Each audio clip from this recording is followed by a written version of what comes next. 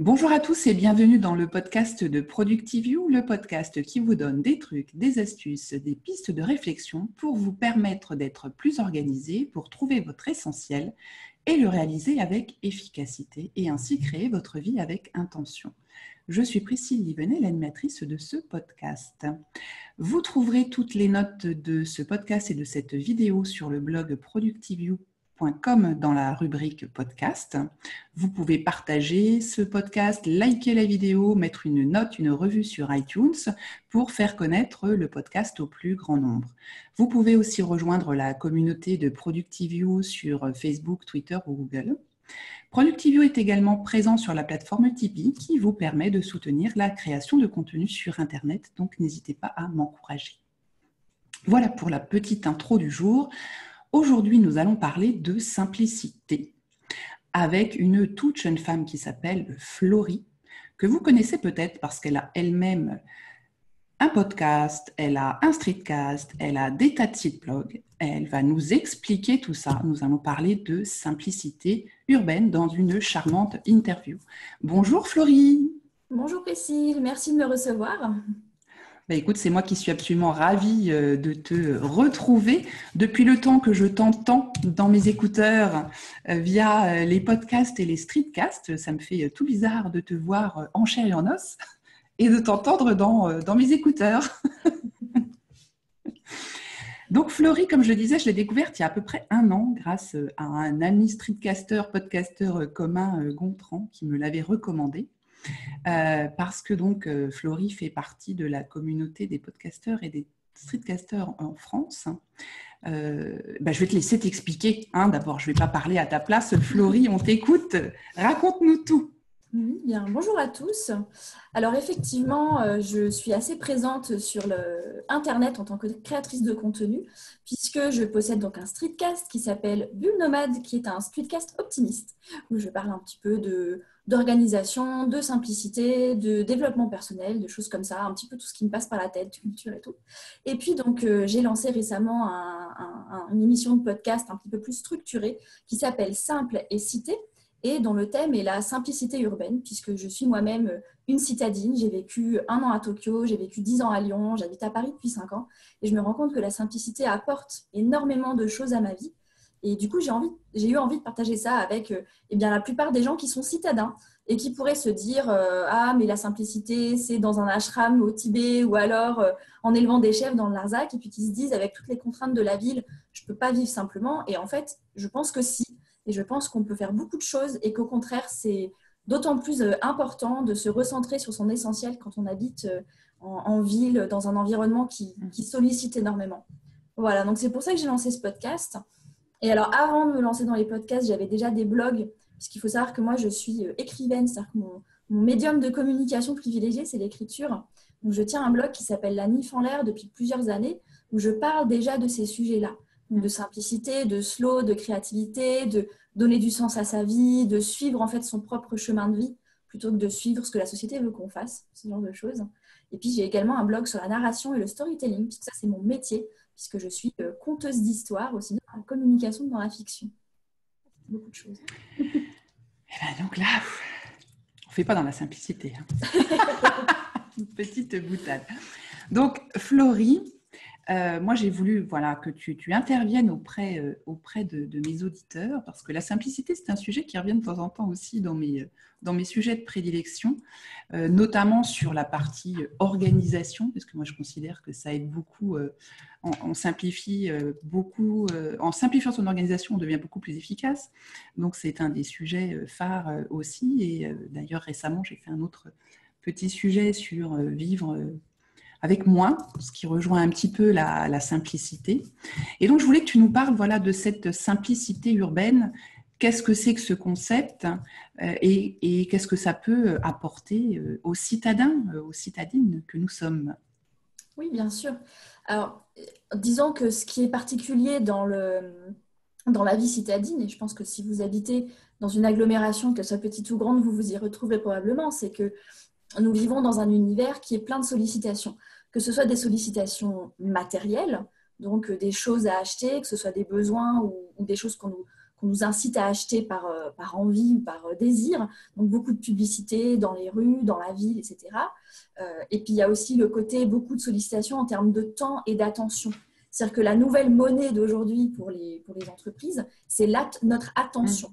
Donc, les pubs nous prennent notre attention, les réseaux sociaux nous prennent notre attention. Et voilà, il y a énormément de choses qui prennent notre attention. Et je pense que c'est d'autant plus vrai dans un environnement urbain, puisque les sollicitations sont très, très nombreuses. Et j'ai commencé à réfléchir à ça quand j'habitais à Tokyo, parce qu'en fait, à Tokyo, c'est, entre guillemets, encore pire qu'à Lyon ou à Paris, qui sont les autres villes où j'ai vécu, puisqu'il y a vraiment des immeubles de 12 étages avec des néons, vous voyez, un petit peu façon Blade Runner, des néons à tous les étages, des énormes écrans animés, etc., avec de la musique qui sort de tous les magasins, etc., etc. Et je m'étais vraiment sentie à l'époque complètement submergée par tout ça. Et en quelques semaines à peine, je m'étais rendu compte, ou justement je ne m'étais pas rendu compte, que j'avais commencé à changer mon mode de consommation. Alors que j'étais étudiante, pour resituer, j'étais étudiante en échange pendant 1 an à Tokyo. Donc je savais que j'allais habiter là-bas que pendant 1 an, j'avais 10 mètres carrés. Et malgré tout, je commençais déjà à acheter énormément de choses et à passer énormément de temps justement avec ces sollicitations-là. Donc à aller en ville, à faire différentes choses, à acheter les objets qu'on me disait d'acheter, etc., etc. Et au bout d'un moment, je me suis dit, j'en peux plus. Ça fait un trop-plein, en fait. Ça fait vraiment un trop-plein et je pense que je m'en suis rendu compte parce que j'ai été propulsée dans cet environnement extrême, on va dire, depuis une ville plus petite qui était Lyon. Et lorsque je suis revenue à Paris, donc aujourd'hui j'habite Paris, mais je me suis rendu compte que ces sollicitations-là, elles existent aussi, elles sont assez insidieuses et quelque part, si on a toujours vécu en ville, on ne s'en rend pas forcément compte. Et on se retrouve... Ouais, tu parles de tout ce qu'on peut voir, par exemple les publicités sur les bus, dans le métro, sur les abribus, tout ce qu'on voit, oui, toute la journée sous nos yeux quand on est un peu dans la rue. C'est ce genre de sollicitation dont tu parles? Oui, par exemple.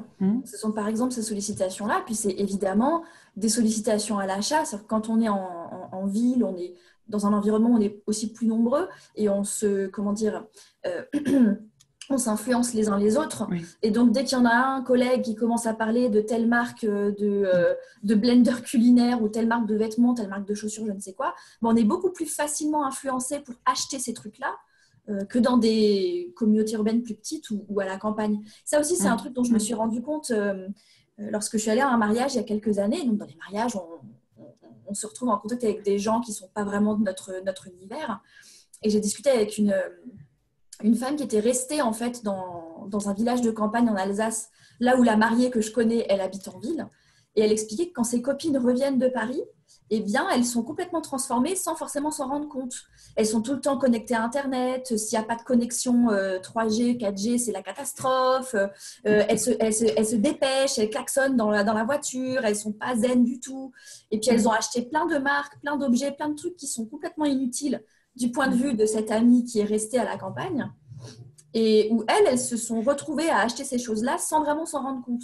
Donc, c'est ça, en fait, le résultat de toutes ces sollicitations, qu'elles soient matérielles ou temporelles, en fait. C'est qu'on se retrouve à être hyper pressé, hyper stressé en permanence. On a l'impression qu'on n'a pas une minute à perdre. Quand on voit les gens qui courent dans le métro, par exemple, c'est pareil, quand mes parents qui viennent de la campagne me rendent visite à Paris, ils trouvent ça incroyable, la vitesse à laquelle je marche dans la rue, ce genre de choses. Et justement, voilà, quand on habite en environnement urbain, je pense qu'on intègre toutes ces choses-là sans s'en rendre compte. Et je pense qu'il y a beaucoup de choses qui sont délétères dans tout ça. Il y a des choses qui sont très positives, il y a des gens qui sont très dynamiques et ça permet de faire plein de choses. Il y a un tas d'avantages à vivre en ville. Moi, je ne suis pas du tout là pour dire que ce n'est pas bien d'habiter en ville et qu'il faut amener un style de vie campagnard à la ville. Ce n'est pas du tout ça.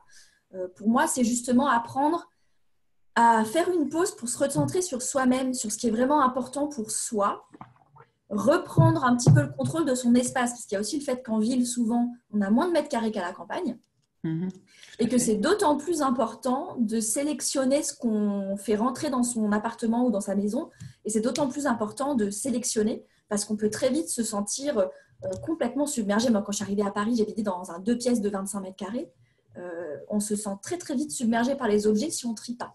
Donc, il y a ça, et c'est pareil avec le temps. C'est-à-dire que je pense que dans un environnement urbain, on est de fait plus pressé, plus stressé parce qu'il y a les temps de transport, il y a le temps d'aller au travail, le temps de se rendre après, mettons, dans les activités qu'on fait, ou alors à la crèche, à l'école des enfants, ce genre de choses. Donc, le temps est quelque part d'autant plus précieux.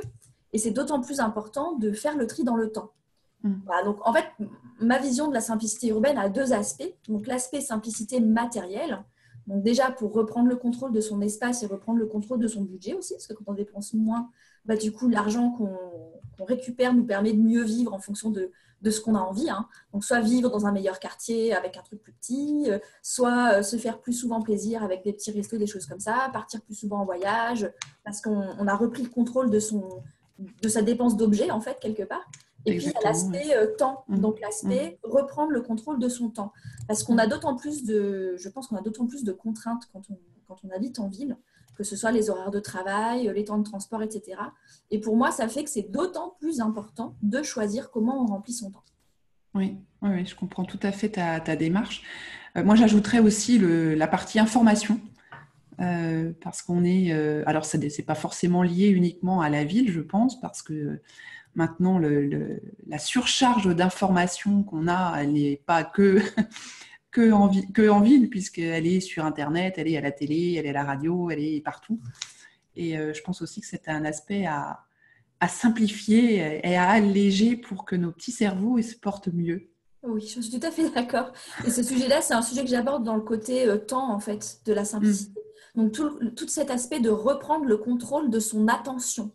C'est-à-dire de choisir avec intention comment est-ce qu'on passe son temps et justement quel type d'informations on consomme, auprès de qui et combien d'informations on consomme. Parce que l'exemple typique, c'est l'exemple des réseaux sociaux, parce qu'on est tous sur un réseau social ou un autre. Et on peut se retrouver à scroller, comme on dit, à aller voir les murs ou les feeds des gens, à cliquer sur des trucs qui n'ont pas forcément d'intérêt, mais qui sont conçus pour qu'on ait envie de cliquer, ce qu'on appelle les clickbait ou les putaclics en français. Et puis, on peut perdre un temps de dingue à faire ce genre de choses qui n'est pas important pour nous. Ce n'est pas important pour nos projets, ce n'est pas important pour notre famille, mais on se retrouve à être complètement aspiré par ces trucs-là. Et d'ailleurs, ces types-là, ils ont des neurologues et tout ça qui les aident à concevoir ces outils-là pour attirer notre attention, sans qu'on s'en rende compte, inconsciemment. Donc, l'idée, c'est vraiment de reprendre conscience des choses. Enfin, ma vision de la simplicité, et urbaine ou pas, hein, donc si vous n'êtes pas en ville, c'est valable pareil, mais je pense que c'est particulièrement utile quand on habite en milieu urbain. Donc, c'est reprendre conscience de comment on dépense notre argent, quel type d'objet on fait rentrer dans notre maison, et comment est-ce qu'on dépense notre temps, quel type d'informations on consomme, sur quelle plateforme en fait on utilise notre temps. Et souvent, en fait, il y a un décalage. J'avais fait un test il y a quelques années que j'avais partagé sur mon blog, un test de justement mesurer dans un journal à quoi je passe mon temps chaque jour. Et ça, c'est connu hein, dans différents domaines de recherche, que le premier pas vers le changement, c'est de mesurer la situation actuelle et que ça permet déjà de commencer à changer. Et donc, évidemment, j'ai commencé à mesurer la manière dont je dépensais mon argent et en me disant... donc, j'avais un truc à l'époque sur un blog que j'avais en anglais où chaque mois, je faisais la liste des objets superflus que j'avais achetés.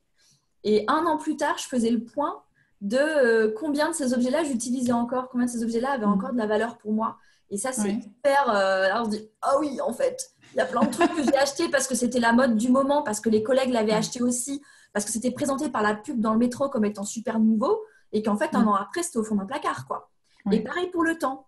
Et essayez de faire l'exercice, d'ailleurs, chez vous, si le cœur vous en dit, par exemple, pendant 1 semaine, eh bien, alors, grosso modo, hein, vous n'allez pas mesurer chaque minute, mais mettons par heure, combien de temps vous passez à dormir, combien de temps vous passez à vous préparer, à manger, à être dans les transports, à bosser, mais aussi, surtout, dans votre temps libre, combien de temps vous avez passé sur Facebook, combien de temps vous avez passé sur votre portable. Sur le mobile, d'ailleurs, il y a des apps maintenant qui font ça, qui permet de mesurer combien de fois on va sur le portable, etc. Et ne serait-ce que de le mesurer, sans changer vos habitudes, juste le mesurer. Eh bien, en tout cas, personnellement, je me suis rendu compte que, par exemple, une de mes priorités dans la vie, c'est l'écriture de fiction. C'est quelque chose qui prend beaucoup de temps. Et je me disais toujours, c'est à cause de mon travail, c'est parce que je bosse 40 heures par semaine que j'ai pas le temps. Et en faisant cet exercice, je me suis rendu compte que c'est surtout que je passais 10 heures par semaine devant Netflix, 10 heures par semaine devant Facebook, Twitter, etc. Ça fait 20 heures de plus où je pourrais écrire. Alors, ça ne veut pas dire qu'il faut jamais regarder de séries télé, qu'il faut jamais être sur le téléphone portable, mais pour moi, c'est reprendre le contrôle de ça. Et de se dire, si je vais regarder une série télé, c'est parce que j'ai décidé de regarder une série télé à ce moment-là. Et pas parce que je me suis laissée embourber dans le tourbillon de Netflix qui fait démarrer l'épisode suivant automatiquement. Vous voyez ce que je veux dire? Ah, c'est vrai qu'ils sont très très forts là sur Oui, Amazon Prime, ils font exactement la même chose. Tant soit peu qu'on soit dans une série un peu passionnante, crac, ça enchaîne directement, on n'a même pas besoin de exactement. cliquer. Et du coup, ça y est, nous la partie pour un autre tour. D'ailleurs, j'ai entendu récemment un article ou un podcasteur américain qui parlait de Netflix et de leur communication et du fait, à un moment, il parlait de qui étaient leurs concurrents. Et entre autres, et c'est valable, je pense, pour tous les autres, en fait, les concurrents, ils ne sont pas concurrents entre eux, ils expliquent très clairement qu'ils sont concurrents avec nos heures de sommeil.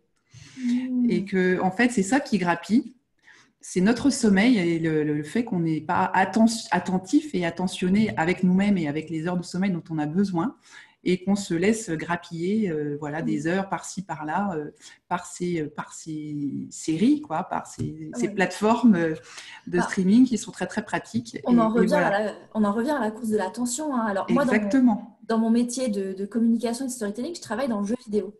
Et effectivement, lorsqu'on parle des plans marketing pour attirer l'attention des gens, pour faire venir les joueurs sur nos jeux, et surtout ce qu'on appelle la rétention, c'est ça la clé aujourd'hui. Attention. C'est pas seulement faire en sorte de faire connaître le jeu vidéo aux gens, mais c'est de leur faire jouer et de leur faire jouer le plus longtemps possible à nos jeux, pour qu'ils puissent après dépenser de l'argent dans le jeu, etc. Ça fait partie des discussions marketing dans le jeu vidéo en général. Et c'est pareil, c'est-à-dire que les concurrents, finalement, alors oui, il y a des concurrents qui sont les autres jeux vidéo, puisque ce sont des joueurs, mais les autres concurrents, c'est aussi tout le reste qui peut attirer votre attention. Netflix, c'est un concurrent, parce que pendant que vous regardez une série Netflix, vous n'êtes pas en train de jouer à des jeux vidéo. YouTube, c'est un concurrent. Le sommeil, c'est un concurrent. Et du coup, alors là, je ne parle plus de jeux vidéo, mais je parle en général, toutes ces Mhm. compagnies-là, elles se concurrencent pour notre attention, pour notre temps, en fait. Mhm. Et, et effectivement, comme je disais plus tôt, on en parlait avec Netflix et c'est pareil avec tout ce qui est réseaux sociaux. Maintenant, tous ces outils-là sont conçus pour qu'une fois qu'on a mis le doigt dedans, on y reste le plus longtemps possible. Et pour moi, la simplicité urbaine, c'est d'arriver à prendre du recul par rapport à ça, arriver à en prendre conscience et de se dire, ah, là, je suis en train de me faire embarquer. Et d'en fait, de trouver des techniques quotidiennes pour plus se laisser embarquer. Et c'est vrai que moi, je marche beaucoup par habitude. Alors, évidemment, il y a la prise de conscience initiale, de se dire, ah, là, il y a un souci, il faut que je fasse quelque chose. Et après, je fonctionne énormément par habitude et par finalement l'organisation. Parce que vu que c'est quelque chose qui est inconscient, si on doit y penser en permanence, ça draine énormément l'énergie mentale et la volonté. Et il y a un moment où on craque et où on cède et où on... voilà. Et du On coup, est pour d'accord. moi, dans la simplicité urbaine, il y a vraiment une notion de réfléchir en fait à comment est-ce qu'on peut mettre en place des habitudes qui sont simples, qui deviennent automatiques. Donc en fait, l'idée, c'est de plus y penser. L'idée, c'est de se libérer l'énergie mentale pour ensuite faire ce qui compte vraiment pour nous. Et par exemple, je vais vous donner l'exemple des réseaux sociaux. Moi, les réseaux sociaux, je les utilise essentiellement en tant que productrice de contenu. Et du coup, je suis obligée de faire, et puis en tant que professionnelle aussi, puisque je fais des relations presse pour un studio de jeux vidéo, donc je suis obligée de faire de la veille, etc. Et du coup, une technique que j'ai mis en place, qui est une habitude qui nécessite plus de réflexion de ma part, c'est que tous les matins à 9 heures, je vais sur mes réseaux sociaux, je fais ma veille, je réponds aux gens qui ont interagi avec moi, je planifie mon contenu pour la journée ou pour les jours qui viennent. Ça me prend 1 heure ou deux. C'est lié aussi à mon travail, mais je sais que j'y vais dans ce temps-là. Mhm. Et en fait, je n'y vais pas en dehors de ce temps-là. C'est une règle que j'ai fixée. Alors, c'est la règle qui me convient à moi. Je ne suis pas en train de dire à tout le monde de faire comme ça, hein. Mais disons que je me suis fixée en amont cette habitude-là. Et du coup, j'ai plus besoin d'y réfléchir. Mhm. J'ai plus besoin de me dire, ah, est-ce que je vais sur Facebook ou pas? Ah non, je sais que c'est à cette heure-là que j'y vais et pas à un autre moment. Donc, à moins, évidemment, c'est pas rigide, hein, à moins d'avoir une situation qui fait que je dois y aller. Mais ce que je veux dire par là, de manière plus générale, pour moi, la simplicité urbaine, c'est aussi apprendre à se connaître soi-même, connaître comment on fonctionne nous. Est-ce que vous êtes du matin? Est-ce que vous êtes du soir? Est-ce que vous préférez tout réunir pour, entre guillemets, travailler par batch? Parce que quand vous êtes dans un truc et que vous faites plusieurs choses d'affilée dans le même domaine, vous allez plus vite. Ou est-ce qu'au contraire, vous préférez revenir régulièrement, plus souvent, hacher en fait le contenu sur la journée ou, voilà, c'est après à chacun de trouver sa manière de faire. Et c'est là que c'est bien Productive You parce que justement, il y a plein de techniques qui sont présentées. Donc, à vous après de piocher ce qui vous convient. Voilà, la simplicité urbaine, c'est ça. C'est premièrement, apprenez à vous connaître. C'est quoi vos priorités? C'est quoi votre style de vie? C'est quoi vos contraintes autour desquelles vous ne pouvez pas arranger les choses? Et comment est-ce que justement, derrière, on trouve des habitudes qui s'adaptent à la contrainte et qui permettent de reprendre le contrôle sur sa vie, en fait. C'est un peu ça l'idée finalement. Très bien, mais écoute, c'est extrêmement passionnant et effectivement, on rejoint très très vite la productivité et mes sujets favoris. Mais écoute, Florie, ça me fait vraiment encore très plaisir de discuter avec toi et de te voir en vrai. Je m'en lasse pas. Je mettrai dans les notes de l'émission tous les liens vers tes réseaux sociaux, podcast, streetcast et puis bien sûr tes blogs. Comme tu es une auditrice de ProductiveU, tu sais qu'on a 3 questions obligatoires en fin d'épisode. Donc, la première, ça va être ton livre de chevet. Qu'est-ce que tu lis ? Alors, le livre que j'ai choisi à partager parce que je le trouve super intéressant, c'est Comme par magie d'Elisabeth Gilbert. Donc, Elisabeth Gilbert, c'est une autrice de fiction qui est très connue pour Mange, Prix, M, qui a été adaptée au cinéma, il me semble. Et aujourd'hui, oui. Elle a donc publié ce livre qui s'appelle Comme par magie en français, Big Magic en anglais. Et où d'ailleurs, elle a un podcast autour de ce livre. Et en fait, le principe, c'est de se dire que comment est-ce qu'on fait pour mener une vie plus créative ? Alors, plus créative, ce n'est pas seulement en tant qu'artiste. Moi, ça m'a été très utile en tant qu'écrivaine de fiction, mais ça peut être utile à n'importe qui, même qui n'a pas de projet artistique. Parce que la notion de vie créative, c'est une notion très générale qui rejoint la simplicité urbaine dans le sens où c'est reprendre le contrôle de sa vie, se connaître et oser finalement suivre un chemin qui nous correspond et oser être à sa juste place dans sa propre vie plutôt que de suivre ce que dit la société. Et en fait, elle parle beaucoup du fait qu'on se retient de faire les choses, qu'on ne se donne pas la permission, qu'on pense que c'est égoïste, qu'on n'ose pas, qu'on a le syndrome de l'imposteur, qu'on a peur. Elle parle beaucoup de sortir de la zone de confort, etc. Et elle le présente de manière très simple et assez magique parce qu'elle parle de l'inspiration qui vient nous visiter, etc. Donc, si ces sujets-là vous intéressent, même si vous n'êtes pas artiste ou aspirant artiste, simplement si vous aspirez à amener votre vie sur le chemin que vous souhaitez, c'est vraiment une lecture hyper enrichissante. Moi, ça m'a déverrouillé énormément de choses, ça m'a débloqué énormément de doutes et de peurs et d'autocensure. Donc, je vous le conseille très, très vivement et je le relis régulièrement d'ailleurs, ce bouquin. Quand je sens que j'ai peur, que j'ose pas, etc., hop, je relis le chapitre sur la permission, sur la peur et ça m'aide énormément. Donc, c'est Comme par magie d'Elisabeth Gilbert, c'est ça ? C'est ça. Eh bien, écoute, on mettra un petit lien. Très intéressant. Je sens que ma pile va encore s'augmenter. Ma petite pile à lire. Alors, une citation, pareil, qui te suit depuis quelque temps, qui est un petit mantra. Alors, c'est une citation, en fait, c'est une amie japonaise qui m'a offert cette citation sur une carte postale il y a 11 ans quand j'ai quitté le Japon. Et donc, alors dans le texte, ça dit Shiawase wa itsumo jibun no kokoro ga kimeru. Et donc, en français, ça veut dire le bonheur est une décision qui vient de notre propre cœur. Et donc, l'auteur de cette citation, c'est Mitsuo. Et donc, qu'est-ce que ça veut dire ? Ça veut dire que, quelque part, le bonheur ne vient pas de circonstances extérieures ou de choses qui nous arrivent. Le bonheur, c'est quelque chose que l'on décide. C'est notre cœur qui décide d'être heureux. Et c'est ça le point de départ en fait, du bonheur, c'est soi-même, c'est pas l'environnement extérieur. Et ça fait 10 ans que cette citation m'accompagne, parce que j'ai commencé en plus mon chemin vers la simplicité quand je suis revenue du Japon il y a 10 ans. Et du coup, c'est vraiment une citation qui m'accompagne au quotidien, parce que ça me rappelle que même si j'ai des problèmes, si j'ai des difficultés, si j'ai des obstacles, on va dire, dans mon environnement extérieur, ça ne m'empêche pas de décider d'être heureuse et de faire ce qu'il faut pour être heureuse. Eh bien, écoute, je l'adore aussi, moi, celle-là, parce que c'est quelque chose auquel je suis, mais alors, intimement convaincue qu'effectivement, ça ne vient que de soi, comme son moral et tout ça. Et là, eh bien, écoute, ça me conforte. Nous sommes deux à partager cet avis au moins. Et donc, troisième petit incontournable, une astuce d'efficacité ou de productivité. Je pense que tu en as plein, parce que pour t'écouter, alors on a plein. Donc, on ne va pas tous les faire, parce que là, on est parti pour plusieurs heures. Mais ça. Une principale que tu aimerais partager. Alors, je dirais on va dire que mon mantra global qui rejoint toutes mes astuces de simplicité et de productivité, c'est faites-en moins, mais faites-le bien. Et c'est un peu un truc global qui guide tous mes trucs. Et un en particulier qui m'a énormément aidée depuis que je suis à mon compte, parce que ça fait 1 an que je suis indépendante, ça a été de mettre ma liste de tâches dans un calendrier. C'est-à-dire que vous imaginez votre colonne de la journée et vous avez une ligne par heure, 9h, 10h, 11h, etc. Et du coup, au lieu d'avoir une liste de tâches avec juste des petites bullet points qui disent faire ci, faire ça, etc.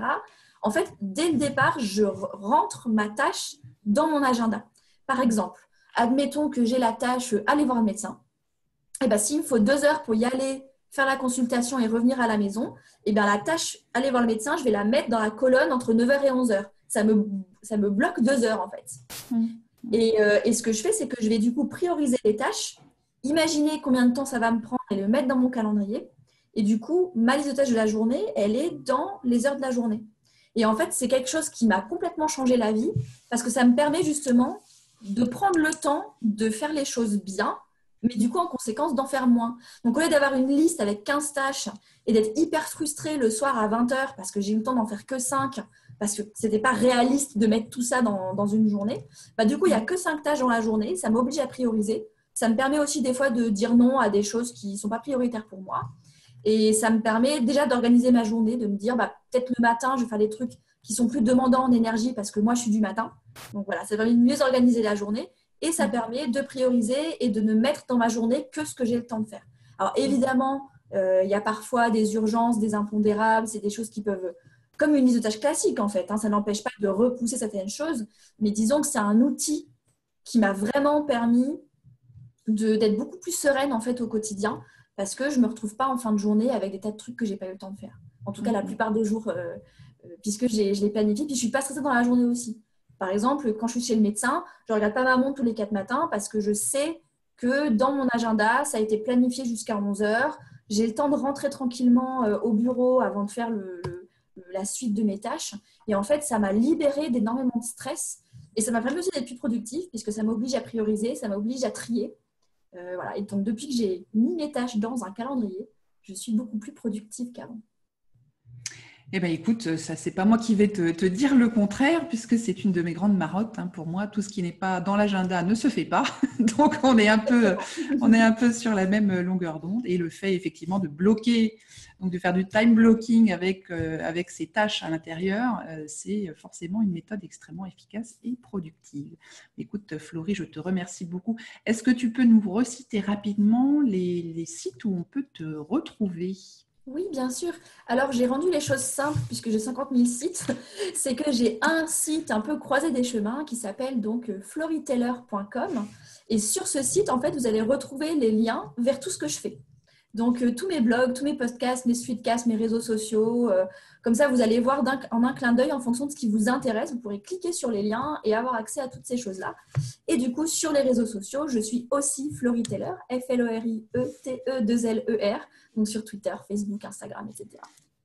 Voilà qui va nous simplifier la vie. Mais d'ailleurs, c'est toi qu'on a parlé régulièrement dans un streetcast de faire un petit site comme ça, ou je ne sais plus si c'est pas Matt ou Guillaume, je ne sais plus lequel des deux qui il me semble que je n'en ai expliquait. pas encore parlé, mais c'est Bon, bah alors c'est ou Matt ou Guillaume, je ne sais plus lequel des deux, qui expliquait qu'effectivement, on pouvait se faire comme ça un petit site. Je sais peut-être bien Matt qui parlait même d'un site spécialisé pour ça, dont je n'ai complètement oublié le nom, mais allez voir, écoutez l'Eclectic Show, ça vous donnera tout. Ou alors peut-être que c'est dans Relife, hein, c'est un des deux, parce que voilà, quand on est sur plusieurs plateformes, après on est perdu, qui expliquait effectivement qu'on pouvait se créer comme ça un espèce de petit site unique sur lequel on pouvait se loguer pour voir tous les réseaux, les sites, etc. C'était plus simple. Oui. Bien vu, Florie. Merci encore de ta participation, ça me fait extrêmement plaisir. Et puis alors, n'hésitez pas à écouter Florie, que ce soit les bulles nomades ou simples et citées. Moi, j'adore, je suis une grande fan. Donc, je vous les recommande chaudement. En plus, c'est des petits formats, donc ça s'écoute très, très bien en 15-20 minutes, hein, c'est fait. C'est très, très pratique dans les transports en commun notamment, ou dans la voiture. Et puis, vous allez tout inspirer pour toute votre journée. Merci Florie, merci à vous tous de nous avoir suivis. Et puis, on se retrouve très prochainement dans un prochain épisode de Productive You. Bye bye.